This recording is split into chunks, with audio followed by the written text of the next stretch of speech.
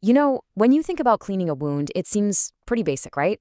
Almost common sense. Well, what if I told you that in just the last few years, everything we thought we knew has been completely flipped on its head? So let's get into it. We're going to explore this massive shift from just simple washing to what's become a complex scientific battle. So just think about this for a second. What if the biggest thing stopping a wound from healing is something you literally can't even see? The answer to this question? Well, it's the key to a total revolution in wound care. We're not talking about obvious stuff like dirt or grime. Nope. We're talking about a hidden enemy, an invisible force that's been holding back healing for so many people. All right, so to really get where we are today, we've got to look back at how things used to be done. We're talking about the old way of thinking, the common sense approach to cleansing. For decades, it wasn't about strict science. It was really just up to whoever was doing the cleaning. Let's take a look at what that actually meant. And wow, this chart really lays it all out, doesn't it? It gets right to the heart of the change. The old way, it was all about what you could see, the obvious gunk right there on the wound. But now, the modern approach is totally different. It's all about targeting an invisible enemy, this thing called biofilm, and not just on the wound, but in the entire area around it. We're talking about a massive shift from just, going with your gut to following a super strict scientific game plan. So look, it's not that the old way was totally wrong. It was just incomplete. They were working with what they knew. Cleansing was something you only did when a wound looked really bad. The go-to method was just simple irrigation, flushing it out, focusing on the wound itself, and maybe a tiny bit of skin around it. It was all reactive, right? You'd only act when you could see a problem with your own eyes. But then, everything changed. Science finally pulled back the curtain and showed us the real villain, the main reason some wounds just wouldn't heal. And this, right here, is the turning point in the whole story. The moment we realized the fight wasn't against what we could see, but what we couldn't. So what exactly is this hidden enemy? Well, it's called biofilm. And this isn't just a few rogue bacteria hanging out. Oh no.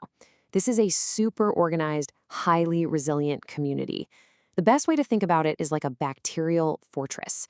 They build their own protective slime shield, this matrix, that makes them ridiculously tough to kill. Traditional cleaning, even our body's own immune system, they just bounce right off.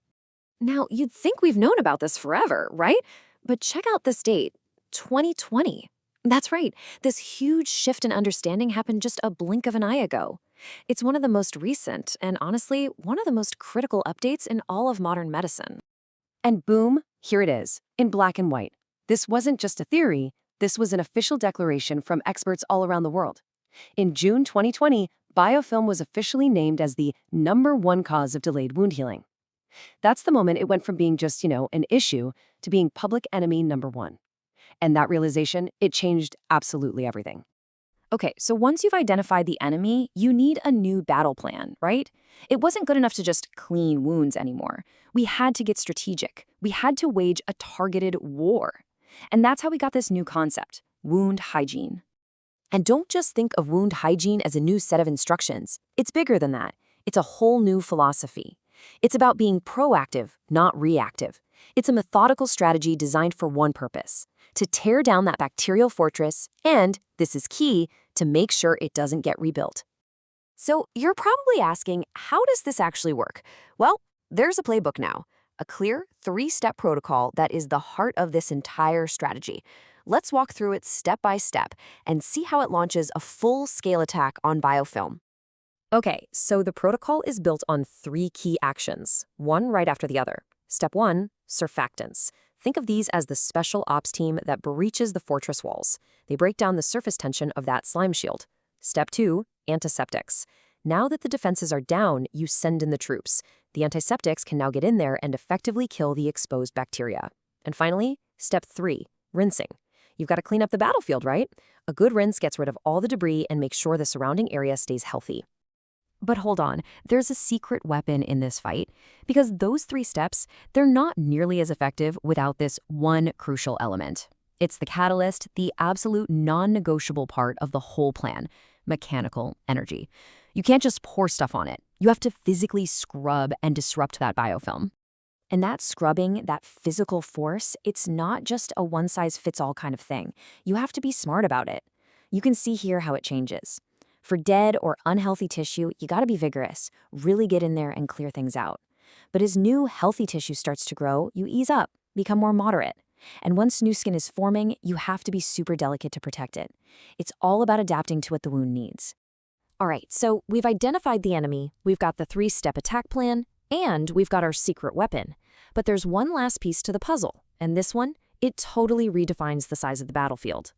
Remember that tiny 5-centimeter zone from the old days? Yeah, you can just forget about that.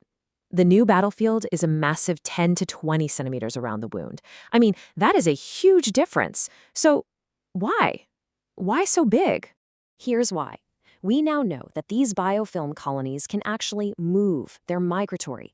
They can travel across what looks like perfectly healthy skin, set up a new camp, and then reinvade the wound. So that whole area, what we call the microenvironment, has to be treated as hostile territory. You have to clear and secure the entire perimeter if you actually want to win this war for good. So there you have it. We've gone from just splashing some saline on a cut to fighting a full-on microscopic war across a huge battlefield. It's pretty incredible when you think about it. And it really makes you wonder, right? If our understanding of something as fundamental as a wound has evolved this much, what other invisible barriers are out there, waiting to be discovered and completely change the future of medicine?